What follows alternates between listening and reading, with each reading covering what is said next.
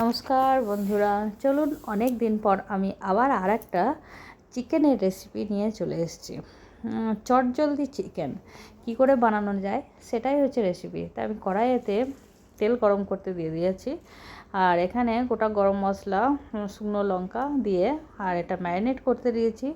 ম্যারিনেটে দই আছে, জিরে বাটা, আদা বাটা সব, আর শুকনো লঙ্কা গুঁড়ো, হলুদ গুঁড়ো দিয়ে ম্যারিনেট করে রেখেছি। এটা আধ ঘন্টা হবে। আর ক্যাপসিকাম আছে, পেঁয়াজ কুচি, রসুন কুচি, টমেটো কুচি আর কাঁচা লঙ্কা। ঝালটা হচ্ছে আপনাদের স্বাদ অনুসারে আমরা ঝালটা দেবেন, যে যেমন ঝাল খায়। আর মশলাতে আমি এগুলো যত মশলাগুলো ম্যারিনেট করেছি সেইগুলোই আবার এখানে বাটিতে গুলে রেখে দিয়েছি। আর একটু অল্প আলু দিয়েছি। আলু নাহলে আমাদের মাংস ভালো লাগে না। তো এইটাই হচ্ছে। আর ক্যাপসিকামটাও অল্প একটুখানি হালকাভাবে ভেজে ওটাকে তুলে নিতে হবে। ওটা লাস্টে দেওয়ার জন্য, সেই জন্য আর কি ওটা ভেজে তুলে রাখলাম। তারপর কড়াইতে তো পেঁয়াজটা আর আলুটা আমি একসাথেই দিয়ে দিলাম। হালকা একটু নুন দিলাম, কারণ পেঁয়াজটা গলে যাবে তাড়াতাড়ি, সেই জন্য। তা দুটোই একসাথে মানে ভাজা হয়ে যাবে। তা দুটো একসাথে ভাজার, হালকা হালকা ভাজা যেই দেখুন একটু লাল লাল হয়ে গেছে, তো এটা তারপর আমি এবার রসুন কুচিটা দিয়ে দেব। রসুন কুচিটা দিয়ে দিলাম। রসুন কুচিটা দিয়ে এবার একটু নাড়াচাড়া করব। একটু ঢেকে রেখেই রান্নাটা করতে হবে, ঢাকা দিয়ে, তাহলে পেঁয়াজটা নরম হয়ে যাবে। লঙ্কা কুচিটা দিয়ে দিলাম, এ দেখুন অনেকটা নরম হয়ে গেছে। এবার টমেটো কুচিটাও দিয়ে দিলাম। তো টমেটো কুচি দিয়ে আমি নেড়ে এবার একটুখানি ঢাকা দেব। আমি একটু অল্প আঁচে মানে মিডিয়াম আঁচে রান্নাটা করি ঢাকা দিয়ে।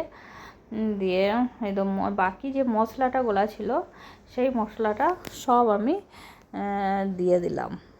মশলাটা দিয়ে এবার নাড়াচাড়া হবে, দিয়ে তারপর ঢাকা দিয়ে দেবো। মশলাটা যেই পেকে যাবে ঢাকা দিয়ে দেবো। টমেটো কুচি আর আমি আলুগুলো একটুখানি দেখুন হালকা হালকা ভাজা ভাজা হয়ে গেছে, আর ওটা সিদ্ধর দিকেও হয়ে আসছে। ক্যাপসিকামটা রয়েছে তাই আমি আলুটা আগেই তুলে দিয়েছিলাম। আর এবার ম্যারিনেট করা চিকেনগুলো সব মশলাতে দিয়ে দেব। দিয়ে এবার ঢাকা দিয়ে দেব।